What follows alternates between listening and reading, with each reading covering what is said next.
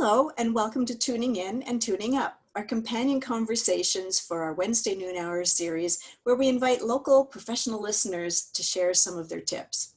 I'm Laurie Townsend from the UBC School of Music, and I'm here virtually with David Gordon Duke, a music reviewer and writer for several publications, and so much more. He's a composer, musicologist, and music educator, plus he has held high-level administrative positions at some local colleges. So great to see the person behind the byline. Welcome, David. Hi, and it's so lovely to be here, even virtually, with my books behind me. So today I want to get tips from David, the music reviewer. Because you have so many angles to choose from when writing reviews, how do you decide what things or what are things you don't usually consider in doing a concert review? The first thing I don't consider is technique. These days, almost everybody has such spectacular technique that the minutia of that type of thing is something that I really don't pay very much attention to, simply because it's all absolutely obvious. People are well prepared and they do their jobs well. So unless the technique is not up to a work, or unless the technique is so utterly staggering that even somebody who doesn't much care for virtuoso showing off, like me, is blown away, that's just not something I worry about all that much. And so what do you look for in a performance? I'm after the overall musical shape of the performance, and that works on a macro and a micro level.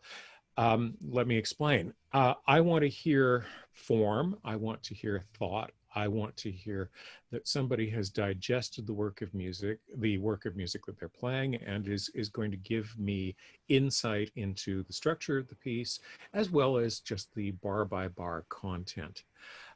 Another thing that, now a decade and a half of reviewing concerts has taught me is that context plays a huge role. If you just have a mishmash of this, that, and the other things that you wanted to play, it probably won't be as satisfying an experience for the audience as something that's worked through and where there's a progression. I'm not necessarily going to say a theme, although thematic concerts are exciting, but there needs to be connection, and we need to think of the event as a whole. And I like performers who are able to take me on that particular sort of voyage through the repertoire they're presenting. So do you have a single set of criteria for all the performance, or do you adapt to the situation, the ensemble, the soloist, the where, the when? I think I have. I think I'd like to be pragmatic and adaptable about all of that. You just simply cannot review using one set of criteria to relate to, for instance, a great artist coming to the end of their career, as opposed to somebody who's just really starting down the road. Same proposition. There's a difference between reviewing the Chicago Symphony and reviewing a group that's in a smaller situation, and that's a quasi-professional, quasi-amateur. This isn't a matter of snobism, and I don't want to imply that, but it is a matter of saying, oh my goodness, the criteria are different. If I can give you a for instance, 2 years ago, I heard a pickup advanced student group play under Otto Tausk at the Chan, and it was part of the VSO's summer program. And I was probably more excited by that performance and watching these young musicians play a not note perfect rendition of Pictures at an exhibition, but one which was absolutely thrilling and really profoundly uplifting. So again, I wouldn't judge that the same way as I would judge a matter-of-fact performance done by the Chicago Symphony for the 5th time this week, which would probably bore me. But here were young people trying to achieve something and going with the moment. And that was exciting, and that was what interested me. That's cool. So there's no double standard. You're just adapting to what's in front of you and selecting from there? I would say, yeah. I mean, I appreciate the term double standard, and in my case, there are multiple standards, but I don't think about it very much. I just put my brain into, well, what am I doing tonight or this afternoon? And I would recommend those students who are doing this again, do the same sort of thing. Think about the context rather than just one fits all viewpoint. Was this being done as somebody's graduation recital? Was the performance being done by a faculty? Is the performance being done by an outside expert? The criteria should be different for criticizing those things because they're for entirely different functions. So you described one concert where you were really excited by the young performers. How about other concerts that might take your breath away, or can you identify the magic in those other kind of concerts? The ones that absolutely take your breath away, no, you can't identify the magic because you're just sitting there in a pool of tears wondering, why on earth did nobody ever play that work that way before? When you sit down and rationalize it, which is of course my job, as a critic, I'm there to explain why that performance was so spectacular. And then you sort of think, okay, how can I put this into words for people who weren't there? But of course, that's the whole thing of going to a concert. You are expecting the concert to be good. You're expecting the next stage is to learn something.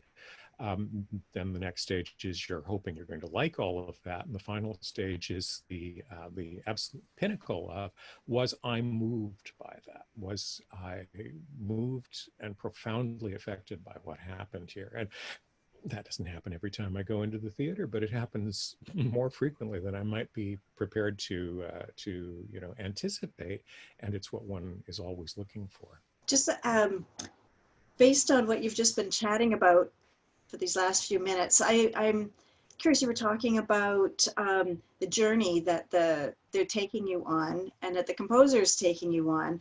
Are you thinking about one more than the other while you're listening, or is it what's happening that kind of guides you with your experience?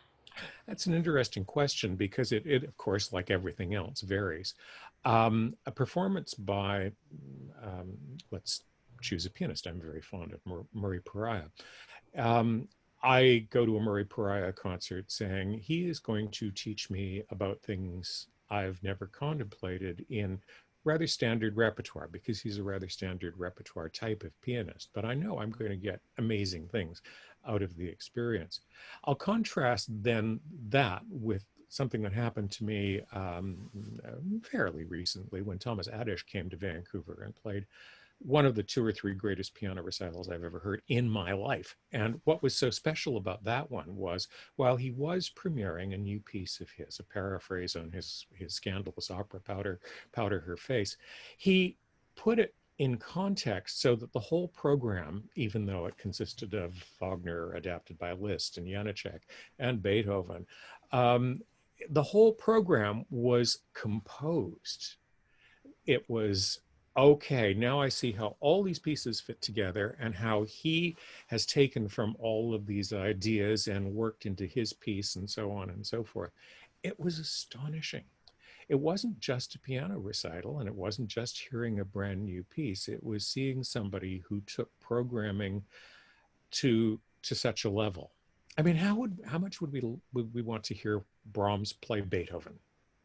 And it would tell us about Brahms, and it would tell us about Beethoven, and it would change our lives. Well, that's what this was like. It was, oh, I don't really like that piece, but I've never heard it played like this before. And oh my God, the similarities between that and what he's working on himself. It was just an enlightening moment. Thank you. I'm going to be actually dreaming about hearing Brahms play Beethoven tonight, I think. Thank you so much, David. This has been really fantastic. I wish we had more time to go on and on. It has been so great chatting, David. Thank you so much. Thank you so much. It's always lovely to get a chance to think about why we go to the concert hall and what the experience should be for those of us that are training to be professional musicians. It really matters. Thank you. And thank you to everybody who's been tuning in. Hope you have enjoyed this session, and until next time.